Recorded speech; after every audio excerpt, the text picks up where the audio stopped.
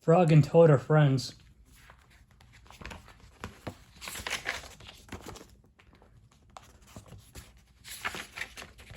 Spring. Frog ran up the path to Toad's house. He knocked on the front door. There was no answer. "Toad, Toad," shouted Frog. "Wake up, it is spring." "Blah," said a voice from inside the house. "Toad, Toad," cried Frog. "The sun is shining. The snow is melting. Wake up." "I am not here," said the voice. Frog walked into the house. It was dark. All the shutters were closed. "Toad, where are you?" called Frog.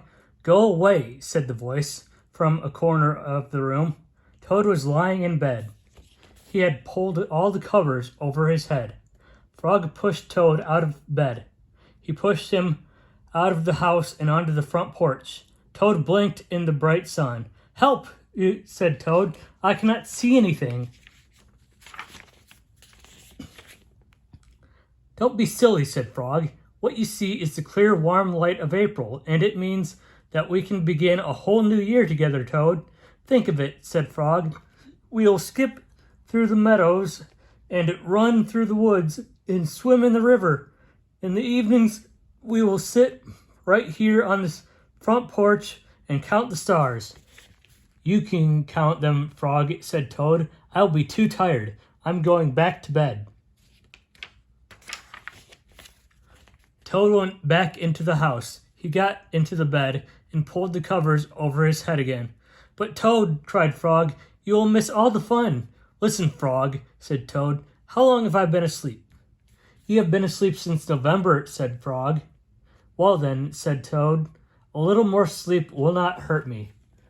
Come back again and wake me up at about 1/2 May. Good night, Frog." "But Toad," said Frog, "I will be lonely until then." Toad did not answer. He had fallen asleep. Frog looked at Toad's calendar.